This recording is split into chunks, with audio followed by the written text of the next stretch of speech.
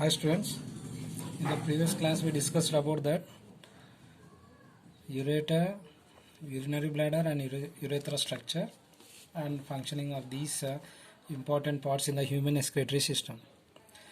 So far we learned that how the structure of the kidney, how the mechanism of formation of urine and other parts are involving in the human excretory system like ureter, urinary bladder and urethra. Next, what is micturition? Micturition, the urine is temporarily stored. Micturition is nothing but release of the urine from the urethra. It is nothing but the process. The urine is temporarily stored now in the bladder. We already learned that one. And of course, the storing capacity of urinary bladder is 300 to 800 milliliters. Okay, and it is opens into outside through urethra. Urethra is guarded by two circulatory splinters. I already said that two circulatory or muscle splinters in the bladder. When the bladder is filled up, both of these muscles are constricted, so the exit is closed. However, as pressure of the urine is increases in the walls of the bladder are stretched, and this trigger of an automatic reflex actions which causes the upper splinter is to relax. So actually there are two sets of circulatory splinters or muscles in the bladder. When the bladder is filled up, both of these muscles are constricted, so the exit is closed here.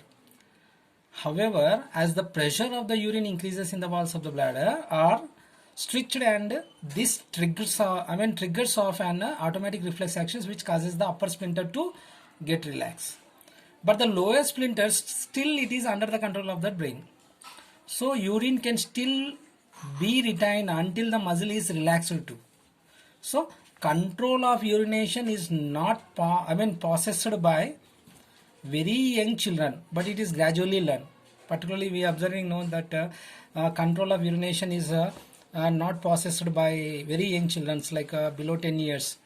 Night times they have to simply without their control, urination has takes place during night times. Early morning if we observe, they are without their control, they have to urinations are takes place early morning. So commonly we observe that the control of urination is not possessed by very young children in the age of below 10 years, but it is gradually learned. Once they becomes younger, once they becomes elder, gradually they have to learn that one, and they are getting that control of urination. Okay, gradually they have to learn that one. So urge for micturition occurs when urinary bladder is filled with 300 to 400 milliliters. Once 300 to 400 milliliters of urine is filled in the urinary bladder, what would be happen? Simply urge for micturition occurs. So immediately we people are getting that feeling for to go to pass or urination. Okay. However, urine can be retained in the urinary bladder till it gets filled up. The maximum capacity is 700 to 800 milliliters. Actually we already learned 300 to 800. So maximum capacity of the urinary bladder is 700 to 800 milliliters. At this urge becomes painful if you are not urinate, if you are not go to pass, even it is filled with 700 to 800 milliliters. What would be happen? Simply at this urge becomes painful and leads to voluntary micturition. Okay, very painful. Okay, the total amount of urine excreted per day, if you observe, 1.6 to 1.8, 1.6 liters to 1.8 liters. The total amount of urine excreted per day is about 1.6 liters to 1.8 liters. It increases. In which situations the excreted of urine is increases per day here when intake of large intake of fluids like water, fruit juices, and at the time particularly the volume of excreted of urine is increases when we intake of large amount of fluids like water and fruit juices, so it will be increases that excreted of urine above 1.8 liters. Okay, and decreases when lesser intake. if you are not taking that any fluids or less amount of water, and if you are not taking any fruit juices for long period, now what would be happen? Simply the excretion of the urine will also very less than 1.6 to 1.8 liters. If it is increases, no, when it will be increases, simply if you have to take large intake of fluids like water, fruit juices. Okay, at the same time, rich diet will also, rich diet means high rich proteins diet if you take, will result in more formation of urea in the urine. Okay, like that protein high rich like that, this because of that proteins gets de-animated into that liver with the subsequent formation of urine. Rich diet consisting of high amount of proteins. So what would be happen? Simply this high amount of proteins, no, are converted into amino acids in the liver. Okay, due to that, what would be happen? Simply urea will be formed. Such urea will be added to that urine, no. That's why it is high concentrate as well as more urine is formed here when we have to take rich diet, which result that more formation of urea in the urine. Okay, this is because of proteins are converted into deaminated. Okay, deaminated or it will be converted into deaminated in the liver with the subsequent formation of urine. So rich food, large intake of fluids and water increases the volume of water in the blood, hence the more urine is also excreted. Okay, so this is the some of the reasons here when we are getting more excreted of urine. Okay, when we have to take rich amount of large intake of fluids like water, fruit juices, which increases the excretion of the urine more than 1.6 to 1.8 liters per day. If we have to take less or decreases with lesser intake, no, of course we can get less excreted that urine okay, than 1.6 to 1.8 liters. Okay, rich diet will also result in the formation of more urea in the urine. I already said, no, that particularly rich diet consisting of more proteins, no, and proteins digestion will be takes place in the liver, and what would be happen? Simply in the aminated means digestion of proteins has takes place in the liver, no, due to that urea will be formed, and such urea, large amount of intake of fluids and water increases, all that, no, increasing the volume of that water in the blood. So such increasing the volume of the blood will be excreted in the form of urine. Already we learned that. Okay, next one, if you take urine, it contains 96% of water. If you take urine, how much it will be contained? 96% of water it contains. Okay, remaining 4% out of 96 out of 4, no, in the 2.5% organic substances are present. Organic substances are present like urea, uric acid, water soluble vitamins, hormones, etc. 2.5. Okay, inorganic substances are present 1.5% like sodium, okay, chlorine, phosphate, magnesium, calcium, iodine.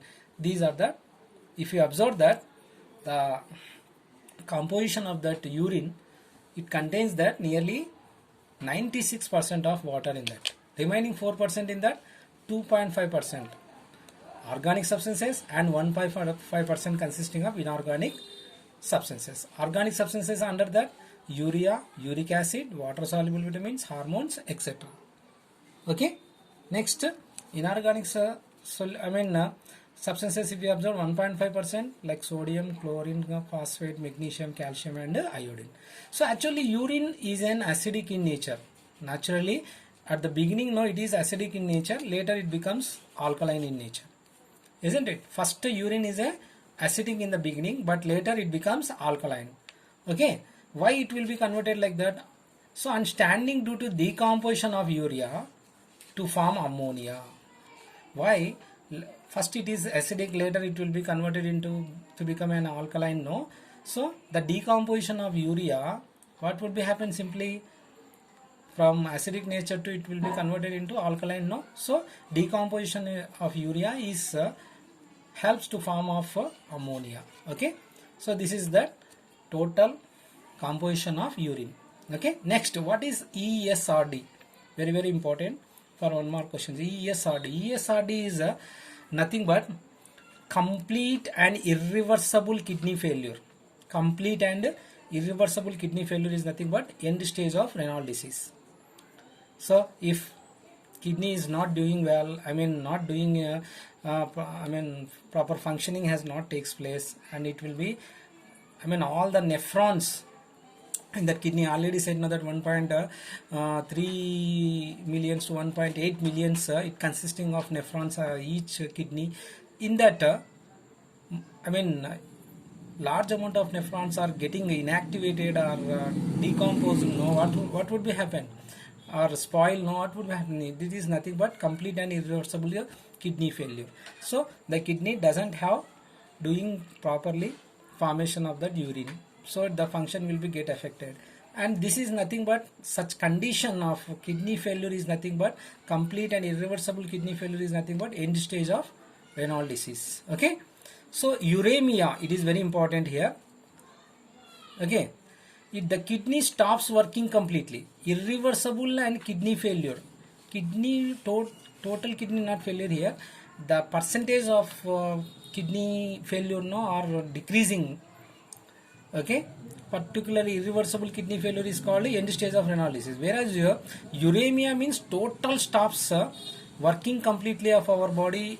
Due to that, what would be happen? Simply it is filled with extra water and wastage products, okay, in the body, and this condition is called uremia. Due to this, what would be happen? Our hands and feet may get swell. So ESRD and uremia.